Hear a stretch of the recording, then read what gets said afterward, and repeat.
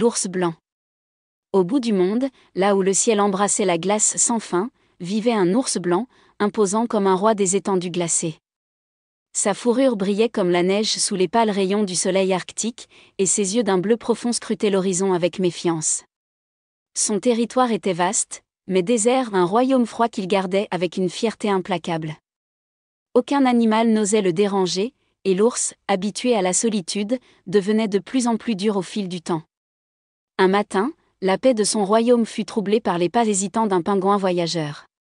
Petit et curieux, le pingouin s'était aventuré loin de sa colonie, à la recherche de terres inconnues. Lorsqu'il aperçut le géant blanc, son cœur se serra, mais la curiosité le retint sur place. L'ours, cependant, voyant l'intrus, se leva avec colère, secouant la neige de sa fourrure comme un nuage de glace. « Qui es-tu pour piétiner ma terre ?» rugit-il, sa voix résonnant comme le tonnerre sur la banquise. Le pingouin, effrayé, essaya d'expliquer qu'il ne voulait pas déranger, mais l'ours se précipita sur lui avec une fureur débridée. Le pingouin courut aussi vite que ses pattes le pouvaient, glissant sur la glace, jusqu'à disparaître du champ de vision de l'ours. Les jours passèrent et le pôle Nord fut englouti par une violente tempête. Les vents hurlèrent comme des esprits en colère et le gel pénétra jusqu'aux os. Le pingouin, pris dans ce temps impitoyable, revint à Contreséur près du royaume de l'ours. Mais ce qu'il y trouva lui fit oublier toute trace de peur.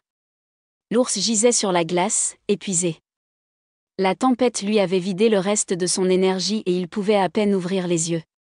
Sa respiration était difficile et son énorme corps tremblait sous les rafales de vent. Sans réfléchir, le pingouin s'en approcha. Il utilisait son petit corps pour lui apporter de la chaleur et le surveillait depuis des jours. Il ramassa les morceaux de poisson égarés et les poussa vers le museau de l'ours, essayant de le nourrir. Il lui chanta doucement, lui racontant des histoires sur les mers du Sud, sur les danses joyeuses des pingouins sous le doux soleil. L'ours, affaibli et conscient de sa fin imminente, regarda son sauveur avec gratitude. Dans ses grands yeux se reflétait maintenant une chaleur qu'il n'avait jamais ressentie auparavant. « Pourquoi fais-tu ça pour moi ?»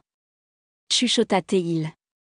Le pingouin pressa sa tête contre la fourrure de l'ours et répondit simplement. « Parce que personne ne devrait être seul. » Lorsque l'hiver montra ses crocs les plus acérés, l'ours polaire rendit son dernier soupir sous le ciel plein d'aurores boréales. Mais il ne partit pas seul.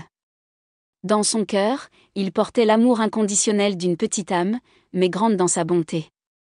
Et si vous y réfléchissez, vous comprendrez peut-être que parfois ce dont nous avons vraiment besoin, ce n'est pas de défendre nos territoires, mais d'ouvrir nos cœurs. La fin.